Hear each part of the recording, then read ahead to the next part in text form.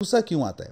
जब हमें गुस्सा, ये बेसिकली एक chemical imbalance in the brain है जो कि किसी एक्सटर्नल या इंटरनल इवेंट से कॉज हो सकता है। सबसे पहली चीज़ जो समझने वाली है गुस्से के बारे में वो ये है कि क्या ये इसकी कोई अंडरलाइंग कॉज तो नहीं है। अक्सर गुस्से में लोगों से मर्डर्स भी हो जाते हैं, गुस्से में लोग जो है और बहुत से गलत काम कर लेते हैं और बाद में जाकर उनको रियलाइज़ होता है कि यह गुस्से में था और हमसे ये काम हो गया जाके। तो ओबियसली वो रश ऑफ ब्लड जो आप जैसे कह रहे हैं उसकी वजह से आपका जो जिस जहन का जो हिस्सा है जो कि आपको अक्ल से काम लेना बता सकता है वो आपका फ्यूज़ हो गया। ये भी मिसाल सुनी होगी कि हर इंसान के अंदर दो भेड़िए होते हैं, तो एक अच्छा भेड़िया और एक बुरा भेड़िया। तो दर हकीकत वो बात इस दिमाग की ही कर रहे होते। जो अच्छा भेड़िया है उसको वो इक्वेट करते हैं आपके नॉलेज ब्रेन के साथ, नो ब्रेन के साथ, और जो बुरा भेड़िया है उसको वो इक्वेट करते हैं आपके गो ब्रेन के साथ। अच्छा, जो चौथा पॉइंट है इसके अंदर वो ये है, जैसे मैंने आपको पहले 3 बता दिए, अब चौथा पॉइंट जो गुस्से को मैनेज करने का है वो ये है कि आपने कहना है कि मैं इस मसले को वापस आके डील करूंगा। आपने डिले कर देना है उसको, ठीक है? चाहे वो आपके बेटे के साथ कोई इशू है, इंस्टेंट रिएक्शन नहीं देना किसी चीज के ऊपर। You are not going to react, you are going to respond. हमारा प्रॉब्लम ही ये है कि हम रिस्पॉन्ड नहीं करते लोगों को। You should give yourself some time उस चीज को प्रॉपर एनालाइज करने के लिए। आप ये कह रहे हैं कि उसको अपने आप को टाइम देना चाहिए ताकि वो ठंडे दिमाग से उस चीज़ को सोचे, जिस पे शायद अगर वो इंस्टेंटली रिएक्ट करता तो शायद उसके नताइज फ़र्क होते। देखें, इस पे आपने ये जो बात की है, इसी से हिंट लेते हुए मैं आपसे एक बात करना चाहूँगा कि हमारे इस्लाम में तलाक का भी एक कॉन्सेप्ट है जिसके अंदर कहते हैं कि गुस्से की तलाक नहीं मानी जाती। कई दफ़ा इंसान एक वक्त में, ये बड़ा हमारे इशू रहा है, डिबेटेबल इशू रहा है और अंडर डिस्कशन रहा है कि जो गुस्से में दी गई तलाक है, क्यों उन्होंने कहा है कि जी आप 3 तलाक़ें दें, 3 डिफरेंट वक्त पे दें, कुछ सर्टेन अमाउंट ऑफ टाइम दिया हुआ बीच में कि एक तलाक इतनी देर, दूसरी, सो दैट आपका लॉजिकल ब्रेन काम करे और आपको एक एम्पल वक्त मिल जाए, एक अच्छा खासा वक्त मिल जाए सोच विचार करने के लिए। जैसे आपने पहली बात की कि गुस्से की हालत में सोच विचार नहीं होगा। सोच विचार उस टाइम होगा जब आप गुस्से में नहीं है, और बाउंड्रीज आप अपने लिए कब बनाएंगे? जब आप गुस्से में नहीं है। अगर आपको पता है कि आपको गुस्से का फ्रीक्वेंट इशू रहता है तो फिर उसकी मैनेजमेंट आपको पहले से तैयार करके रखनी चाहिए। जैसे फॉर एग्जांपल हमारे पास लड़के आते हैं, रेसलिंग करते हैं, बॉक्सिंग करते हैं हमारे जिम में, और उन लड़कों को जब कोई भी मार्शल आर्ट्स कोई सिखाता है तो उनसे पहले एक वादा लिया जाता है। उनसे वादा ये लिया जाता है कि अगर हमें ये कभी पता, उनके टीचर्स जी लेते हैं, उनके गुरु जी लेते हैं, कि अगर लेते होंगे, आप भी सिखाते हैं लोगों को। ऑब्वियसली उनसे लेना पड़ता है क्योंकि हमारे टीचर्स ने हमसे भी लिया था कि आप किसी ऐसे बंदे के साथ फाइट नहीं करेंगे जिसको मार्शल आर्ट्स नहीं आती, जब तक आपकी जिंदगी मौत का मसला नहीं है या आपकी फैमिली या आपकी इज्जत का मसला नहीं। उसकी वजह यह है कि जिस इंसान को यह काम नहीं आता उसको ना डिफेंस का कुछ पता है, ना अटैक का पता है, और जो एक प्रोफेशनल ट्रेंड फाइटर है वो तो उसको बड़ा बुरी तरीके से हर्ट कर सकता है। तो इन चीज़ों को कंट्रोल पहले सिखाया जाता है, और अगर ऐसा कई दफ़ा हुआ है कि कुछ लोगों ने इन चीज़ों का नाजायज़ इस्तेमाल किया और उसके बाद फिर उनको फेडरेशन से ही आउट कर दिया गया। तो आपका कहने का मकसद ये है कि जो एंगर मैनेजमेंट है इसके लिए भी कोचिंग होनी चाहिए, इसके लिए भी क्लासेस लेनी चाहिए। अगर किसी कोई इशू है तो वो कोचिंग लेके अपने इस एस्पेक्ट के ऊपर काफ़ी हद तक काबू पा सकता है। मैं कहता हूँ जी 110% काबू पा सकता है, काफ़ी हद तक नहीं। बिकॉज देखें, कोचिंग किसको लेनी चाहिए? अब ये आपका depends on the severity of circumstances. अगर आप देखते हैं कि आपका गुस्से में भी किस्में होती हैं, एक हल्का गुस्सा होता है, एक ज़रा ज़्यादा गुस्सा होता है, एक वॉपिंग मैड होता है, एक रेजिंग फायर होती है। आप समझ रहे हैं? एक रेज होता है जिसके अंदर मर्डर्स भी हो जाते हैं, जिसके अंदर सेल्फ डिस्ट्रक्टिव मेथड्स भी बंदा इस्तेमाल कर लेता है, खुदकुशी भी कर लेता है। तो ये रेज है, जिस रेज से बचना है, और रेज नॉर्मल सी के लेवल पे नहीं फॉल करती। अगर तो आपका गुस्सा इस किस्म का है कि आपके रेज आपसे मैनेज नहीं हो रहा, तो फिर समझना है इसकी कोई अंडरलाइंग कॉज है। अगर ये बार बार हो रहा है, और अगर ऐसे भी कई लोग हैं, हमारे पास कई पेशेंट्स आते हैं, वो कहते हैं सर मैं बैठा होता हूँ, मैं एक सोचता हूँ, मुझे उस सोच पे गुस्सा आने लग जाता। गुस्सा आने का मकसद क्या है? गुस्सा आने का मकसद ये है कि आपके पास उसका सोल्यूशन नहीं है। अगर आपके पास किसी चीज़ का सोल्यूशन होगा तो आप बैठ के गुस्सा करेंगे या सोल्यूशन करेंगे? ज़्यादातर लोग गुस्से में क्यों आते हैं? आप ये देखें, जब हम लास्ट टाइम मुझे याद है जब हम जेल का हमारा विजिट हुआ तो वहाँ पे हमने लोगों से पूछा कि ये जो मर्डर्स आपने किए, आधे से ज़्यादा लोगों ने यही कहा जी गुस्से चिपका देता सी वो बात नहीं। और वैसे भी प्रोग्राम्स में भी आप देखें वो यही कहते हैं कि गुस्से में बहुत कम ऐसे लोग हैं जो कहते हैं कि हमने सोचा हुआ था, हमने ये करना था, और वो भी पछतावे में है क्योंकि वो सोच भी गुस्से में आती है। उनको भी गुस्सा तो होता होगा लेकिन वो अपना गुस्सा दबा के रखते हैं, परफेक्ट टाइमिंग की तलाश में होते हैं कि हमें मौका मिले और हम कर दें जाके। तो गुस्सा तो आई थिंक हर मर्डर से गुस्सा कहीं ना कहीं होता है, root of all evil, root of all evil. तो ये एक ऐसा इमोशन है जो कि क्योंकि बहुत पहले इंसान को मिला था, और अगर ये ना होता तो शायद इंसान अपना सर्वाइवल मोड ही ना कर सकता। अगर उसको गुस्सा ना आता तो वो शायद पुराने वक्तों में जानवरों से लड़ ना सकता। बड़े बड़े जानवर होते थे, शेर, चीते, पता नहीं कौन कौन सी बलाएं होती थी जिनसे उनको लड़ना होता था। तो ये गुस्सा उनके लिए करामत रहा, लेकिन अब ये इतना ज़्यादा किया जाता है, इतना ज़्यादा किया और जाता अब है। हालात ये आ गए कि गुस्से से लड़ना ही सबसे बड़ा आपकी कामयाबी है। आपकी कामयाबी अगर है। आप गुस्से पे अपने काबू पा गए, गुस्से को आप लड़ गए, तो फिर मेरे ख्याल में कि आप कामयाबी की तरफ चल पड़े। बिल्कुल आप चल पड़ेंगे। ना सिर्फ चल पड़ेंगे बल्कि कुछ दिन पहले मैं एक प्रोग्राम देख रहा था जिसके अंदर अभी एक बड़ा मशहूर बॉक्सर है जो अपकमिंग अभी चैम्पियन भी बना है। आई थिंक उसका नाम जरवॉन्टा डेविस है, टैंक डेविस उसको बोलते हैं। तो उससे जब पूछा गया कि आप जब लड़ते हैं, उसकी हाइट बड़ी छोटी है, और वो अपने से तगड़े जो हैं लोग उनको भी वो गिरा लेता है। तो उससे जब पूछा गया कि आप हर वक्त इतने गुस्से में क्यों रहते हैं, क्योंकि वो अक्सर गुस्से में ही रहता है, तो वो कहता है मेरा कद बड़ा छोटा है, तो मेरा गुस्सा स्टेम करता है यहाँ से, क्योंकि मैं जिसको भी देखता हूँ, मैं देखता हूँ कि इसका कद मुझसे लंबा है, ये मेरे पे हावी होने की कोशिश कर रहा है, तो कहता है इससे पहले वो हावी हो, मैं उस पर हावी। तो ये भी बेसिकली एक फियर बेस्ड रिस्पॉन्स है। ठीक है, फियर का मतलब क्या होता है? False evidence appearing to be real. हर इंसान उसको सोच के नहीं ऐसा सोचता होगा। जैसे मैं उसको बड़ा पसंद करता हूँ उसकी स्पोर्ट की वजह से, लेकिन हर इंसान ऐसे नहीं देखता। उसी तरीके से अगर आप माइक टाइसन को देख लें तो उसके वर्ल्ड चैंपियन बनने के पीछे उसका गुस्सा था। उसका गुस्सा किस चीज़ का था? उसके माँ बाप का गुस्सा था उसको, क्योंकि उसके माँ बाप ने उसको ओन नहीं किया था, सड़क पे था, पकड़ा गया लोगों ने, ऊपर से कलर्ड स्किन का था, तो वो एक और गुस्सा वाइट के मुल्क में रहते हुए। तो जितना एंगर होता है, अगर आप इसको डायरेक्शन दे दें जैसे कि इन लोगों ने दी, तो आप दुनिया में बहुत टॉप पे चले जाते हैं, बहुत टॉप पे। आप भुट्टो साहब को देख लें, एक वक्त में उनमें कम गुस्सा था लेकिन उनका करिश्मा कितना ज़्यादा था। आप अभी भी देख लें, आजकल भी काफ़ी ऐसे लोग हैं जिनमें बहुत गुस्सा है, बहुत गुस्सा है, इसकी वजह से काफ़ी लेकिन वो मामलात जो उसको चैनल किस तरह करते हैं। पॉइंट ये है कि उसको मैनेज किस तरह करते हैं, उसको चैनल किस तरह करते हैं, उससे उसको इस्तेमाल किस तरह करते हैं, किन चीज़ों से फ़ायदा लेने के लिए।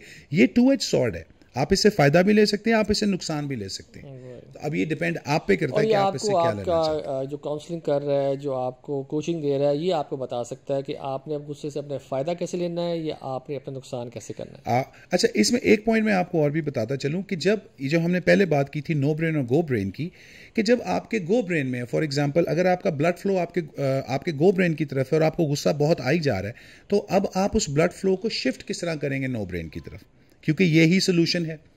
आपने उस भेड़िए को, बुरे भेड़िए को बंद करना है और अच्छे भेड़िए को ऑन करना है। अब इसको कैसे करेंगे? तो इसको करने का तरीका यह है कि हम कहते हैं कि अपने आप को फौरी तौर पे कोई एक मैथमेटिकल टास्क दे दें दिमाग को। आप कहें जी 1,15,550 ज़रबे 20 कितने होंगे? ठीक है, एक डुएबल लेकिन बहुत लंबी टास्क दे दें। इतना मुश्किल पूछेंगे तो फिर वो सारा यही सोचता रहेगा कितने होते हैं। यही तो हम चाहते हैं, थोड़ा मुश्किल टास्क दें अपने आप को, थोड़ा मुश्किल टास्क दें, ताकि यही तो हम चाहते हैं कि दिमाग आपका कुछ और सोचने पे लगे। अच्छा, जब आप अपने आप को, जब आप ये देखेंगे कि 15 से 20 से 30 सेकंड तक जब आप ये काम कर लेंगे ना, तो ऑटोमेटिकली ब्लड फ्लो शिफ्ट हो जाता है। अच्छा, एक क्वेश्चन मेरे जहन में आ रहा है, क्या ये चीज़ देखने में आई है कि जो वेले लोग होते हैं या जिनके पास ज़्यादा काम करने के लिए नहीं होता, उनको ज़्यादा गुस्सा आता है, या जो बिज़ी लोग होते हैं, जो काम करते हैं, जॉब्स करते हैं, उनकी निस्बत ज़्यादा गुस्सा किनको आता है? देखिए जी, आपका ये जो सवाल है, इसमें कोई हम इस तरह से कोई एक्सप्लेनेशन नहीं दे सकते कि गुस्सा किनको आता है, बट मेरी अपनी सोच के मुताबिक गुस्सा दोनों को बराबर ही आता है। जिनके पास, वो कहते हैं ना, जिसके पास पैसा है उसको छुपाने की फ़िक्र है, जिसके पास नहीं है उसको पाने की फ़िक्र है। तो फ़िक्र, फाका और ये जो सिस्टम है, ये हर इंसान में उतना होता ही है। जिसका बिजनेस है, अगर उसका बिजनेस चल रहा है और प्रॉफिट उसकी मर्जी से नहीं आ रहा, तो उसको गुस्सा आएगा, उसको स्ट्रेस होगा। स्ट्रेस बेस्ड है ना, फियर बेस्ड है। अगर आपका काम उस तरह से चल रहा है और एम्प्लॉयज़ उस तरह से काम नहीं कर रहे, आपको फिर गुस्सा आएगा। आपके एक सर्टेन गोल्स हैं जो आपने अचीव करने हैं, लेकिन आप देखते हैं आपकी हायरार्की जो है आपके नीचे, वो उस तरह से उन गोल्स को फॉलो नहीं कर रही, तो आपको गुस्सा आएगा। लाइकवाइज जो बेचारा वेला आदमी है, उसको इस बात पे गुस्सा आएगा कि ये बंदा अमीर क्यों है, इसके पास इतनी गाड़ी क्यों है, मैं कुछ कर क्यों नहीं पा रहा, मुझे मौका क्यों नहीं मिल रहा, ये मुझसे बेहतर क्यों है। तो इसकी वजह कोई भी हो सकती है। जैसे मैंने आपको कहा कि ये हर इंसान को, हर फर्द वाहिद को, ना सिर्फ फर्द वाहिद को बल्कि हर मखलूक को आता है। इवन परिंदों को गुस्सा आता है। आप कभी जाके किसी कौवे को छेड़ के तो देखें। अच्छा, मक्खियों को गुस्सा आता है, आप कभी जाके किसी मक्खी के छत्ते को छेड़ के तो देखें। छोटी से छोटी चीज ले लें, चूंटी को गुस्सा आता है, आपको ऐसे काटेगी कि हाथी को मार देती है चूंटी। वो एक वीडियो भी है इंटरनेट पे, जैसे एक कबूतर का एक पिंजरा होता है और उसमें उसके अंडे दिए होते हैं और वो सांप उधर आता है, उस पर अटैक करता है, तो वो माँ को गुस्सा आता है और उस बच्चों को अंडों को बचाने के लिए सांप से लड़ पड़ती है जाके। तो यानी गुस्सा जानवरों को भी आ सकता है, इंसानों को भी आ हर एक सकता को है, आ सकता है। डिपेंड करता है कि वो गुस्सा जो आ रहा है उसको लॉजिकल गुस्सा आ रहा है या इलॉजिकल गुस्सा आ रहा है उसको। और जैसे मैंने आपको पहले भी ये कहा कि वो जो माँ अपने बच्चों को बचाने के लिए उससे लड़ी है, वो उसका फियर बेस्ड रिस्पॉन्स है, वो उसकी एक प्रोटेक्टिव इंस्टिंक्ट है, जहाँ पे उसका गुस्सा आना ज़रूरी था। अगर उसको गुस्सा नहीं आता तो वो नहीं लड़ती, काम खराब हो जाता। लेकिन जैसे मैंने आपको कहा, बाइपोलैरिटी में और बाइपोलर डिसऑर्डर में फ़र्क कितना है? बड़ा थिन लाइन फ़र्क है, बहुत थिन लाइन फ़र्क है। ज़रा से इधर हुए तो आप इधर हैं, ज़रा से इधर हुए तो आप बच गए। वो थिन लाइन फ़र्क क्या है कि कभी कभी का गुस्सा आना, किसी बात पे गुस्सा आना और फिर बाद में गुस्सा ठंडा हो जाना is not a big problem, ये एक नॉर्मल। लेकिन हर बात पे गुस्सा आना, गुस्सा आते ही रहना, छोटी छोटी बातों पे गुस्सा आना और आपकी हर चीज़ का जो सोल्यूशन आपके लिए है, आपका मशहूर हो जाना कि ये बंदा गुस्से में रहता है, ये बंदा गुस्से में रहता है, तो फिर समझ लें कि कोई पीछे अंडरलाइंग कॉज है और उस कॉज को ट्रीट करना है। अल्लाह ताला ने कोई ऐसी बीमारी इस दुनिया में नहीं उतारी, इस कुरान पे नहीं उतारी जिसका इलाज नहीं है। अच्छा बाबा, ये बताएं कि जो गुस्सा ज़्यादा करते हैं लोग, ये भी देखने में आया है कि उनके दोस्त बहुत कम बनते हैं। क्या ये बात किसी हद तक सच है? जी, ये बात बिल्कुल ठीक है। बिकॉज आप मुझे बताएं कि रिश्ता तो रेसिप्रोकल होता है ना, और रिश्ता बेस किस पे होता है? वो कहते हैं there is no respect, there is no relationship. और गुस्से में सबसे पहली चीज़ क्या खोता है इंसान? रिस्पेक्ट। जब आप जनाब से तू तना पे और फिर उससे आगे हाथापाई और उससे आगे गालम गलोच और हाथापाई और फिर वटेवर, तो फिर जाहिर बात है आपके जो दोस्त होंगे वो भी आपको छोड़ जाएंगे, आहिस्ता वो भी चले जाएंगे। और एक ऐसी रेपुटेशन आपकी बन जाती है कि आपके नए दोस्त आपसे दोस्ती नहीं करना चाहते। रेपुटेशन बन गई ना। तो एक जब आपकी रेपुटेशन बुरी बन जाती है, वो कहते हैं ना कि जब रेपुटेशन आपकी बुरी बन गई तो फिर फॉर ऑल प्रैक्टिकल पर्पसेस आप बुरे ही हैं, लेस प्रूवन अदरवाइज। फिर आपको एक स्टेप अहेड जाके, एक कदम आगे बढ़ के, एक्स्ट्रा माइल जाके लोगों को प्रूव करना पड़ता है I am a change person. इसकी बहुत बड़ी मिसाल हमारे एक इंडिया के बड़े नामवर स्टार हैं, उनको गुस्सा बड़ा आता है। अक्सर हर जगह कहा जाता है कि जी उनको जैसे किसी अवार्ड शो पे गए, वहाँ पे गुस्सा आ गया, किसी इंसान पे आ गया तो उसको स्टेज पे बेइज्जत कर दिया। मैं नाम तो नहीं लूँगा लेकिन आई एम श्योर आप समझ ही गए होंगे। तो उनको जो इतना गुस्सा आता है तो उनको बड़ा अरसा लग गया है अब अपने आप को अच्छा प्रूव करते हुए। ठीक है, पहले वो शोज़ में नहीं जाते थे, अब शोज़ में भी जा रहे हैं। पहले सेल्फीज़ नहीं लेते थे, अब सेल्फीज़ भी ले रहे हैं, अब बच्चों के साथ भी। तो बड़ा टाइम लगता है और लोग अभी तक नहीं मानते कि इनका गुस्सा जो है वो चला गया। तो ये बहुत हमें केयरफुली इन चीज़ को लेके चलना पड़ता है कि हम गुस्से में कुछ ऐसा काम ना कर जाएं जिसको हम इरिपेरेबल लॉस कहते हैं, और जो अक्सर लोग कर भी जाते हैं। जेलें इसीलिए तो भरी हुई हैं। तो हमें अपने गुस्से पे काबू पाना आना चाहिए। ऐसे मेथड्स हैं, ऐसे तौर तरीके हैं जिनको हम सीख सकते हैं। इनको हम विल पावर के अल्टरनेटिव भी कहते हैं। ऐसी कई स्किल्स हैं जिनको आप सीख सकते हैं और अपने माइंड को डाइवर्ट कर सकते हैं, गो ब्रेन से नो ब्रेन पे शिफ्ट कर सकते हैं और अपनी एक्टिविटी को मिनिमाइज कर सकते हैं और बहुत सुकून में रह सकते हैं। बाबा, आपको याद होगा कि एक हमने बचपन में एक मिसाल सुनी थी कि एक छोटा बच्चा होता है और वो रो रहा होता है और उसको चुप कराने के लिए कहा जाता है। तो एक पहलवान को बुलाया जाता है कि उसको चुप कराओ। तो पहलवान तो पता है गुस्से वाले होते हैं सारे के सारे, तो वो उस बच्चे पे और गुस्सा करता है आके, क्योंकि उसके अंदर ही ये सारी चीज़ बिल्ट इन होती है कि गुस्सा करना है मैंने। वो बच्चा और रोने लग पड़ता है जाके। और उसके बाद ऐसे एक शख्स को बुलाया जाता है जो कि उसको प्यार से चुप कराने की कोशिश करता है और बच्चा चुप हो जाता है।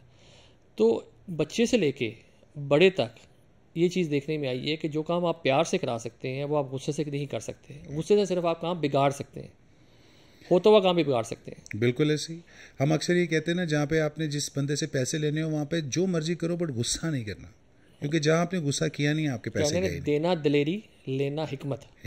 ठीक है ना? सही बात। तो गुस्सा करोगे तो हिकमत तो खा जाए।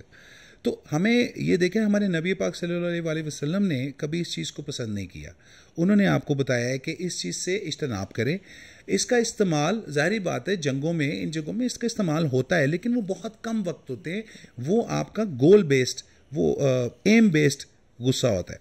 लेकिन अगर तो इस चीज़ का आप इलाज नहीं करेंगे, तो मैं आपको बता दूं ये एक प्राइमरी क्रॉनिक और प्रोग्रेसिव इलनेस है, ये बढ़ती रहेगी। और हमें चाहिए कि हम अपने बच्चों को जब वो छोटे होते हैं और अक्सर आपने फैमिलीज़ में देखा होगा, हमारी फैमिलीज़ में भी जो बच्चा गुस्सा करता है तो माएँ कहती हैं, खालाएँ कहती हैं कितना प्यारा लग रहा है, कितना प्यारा लग रहा है गुस्सा करता हुआ। वही बच्चा जब 10 साल का होता है और 15 साल का होता है और गुस्सा करता है, फिर 20 साल का होता है गुस्सा करता है, तो वो इतना प्यारा नहीं लगता, फिर उनको बुरा लगता है और फिर वो उसको कहते हैं गुस्सा मत करो। तो जो चीज़ हम अनकॉन्शियस लेवल पे बच्चे को सिखा रहे हैं जब तक वो जवान हो रहा है, और फिर जब वो सीख गया अच्छे तरीके से, अब हम उसको कह रहे हैं कि यार इसको बंद कर दो। तो ये शुरू से इस पे आपको इस डायकॉटमी से हमें बाहर निकलना पड़ेगा और हमें बच्चों को शुरू से लेके लॉजिकल थिंकिंग और लॉजिकल एक्सप्लेनेशन के साथ, और obviously with the right use of love and emotions, क्योंकि इमोशंस एंड लव भी डोजेज में देनी चाहिए, उससे ज़्यादा नहीं। Excess of everything is bad, चाहे वो प्यार है चाहे वो लान तान है। तो हर चीज़ को हमें इत्तेदाल में करना है और असर्टिवनेस की स्किल सीखनी चाहिए। चंद ऐसी चीज़ें जिनको हम सीख के अपने गुस्से को मैनेज कर सकते हैं, जैसे मैं सबसे पहले आपको अभी एक 4 स्टेप प्रोग्राम बताया। फिर दूसरी चीज़ है न्यूट्रिशन। सबसे ज़्यादा गुस्सा और सबसे ज़्यादा जो चेंज आपको लाना है अपने गुस्से को रोकने के लिए, दैट इज़ योर न्यूट्रिशन। आप जो खा रहे हैं, यू आर व्हाट यू ईट।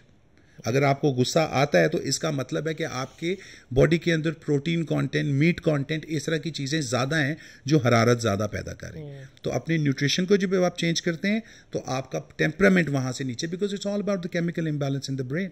तो ब्रेन और बॉडी के केमिकल को बैलेंस करने के लिए हमें न्यूट्रिशन से स्टार्ट करना है। स्किल्स पे जाएं, get a mentor and you will be out of it in no time.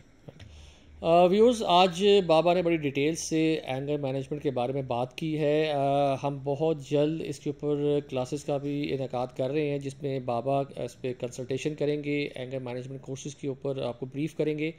और इसके अलावा अगर आप हमसे रब्ता करना चाहते हैं, आप हमें ईमेल कर सकते हैं, नीचे दिए गए फ़ोन नंबर पर रब्ता कर सकते हैं, हमारे सोशल मीडिया पेजेस पे अपना मैसेज कर सकते हैं। और सबसे ज़रूरी है कि हमारे पेज को लाइक करना, सब्सक्राइब करना और शेयर करना मत भूलिएगा, क्योंकि जितनी भी आप इस चीज़ को शेयर करेंगे, लोगों तक हमारा मैसेज पहुंचाएंगे, उतना ही आप एक सवाब के अंदर आप शामिल होंगे और लोगों की ज़िंदगी में आप बेहतरी ला सकेंगे। इंशाल्लाह आपसे मुलाकात होगी नेक्स्ट शो में। तब तक अपना बहुत बहुत ख्याल रखिएगा। अल्लाह हाफिज़।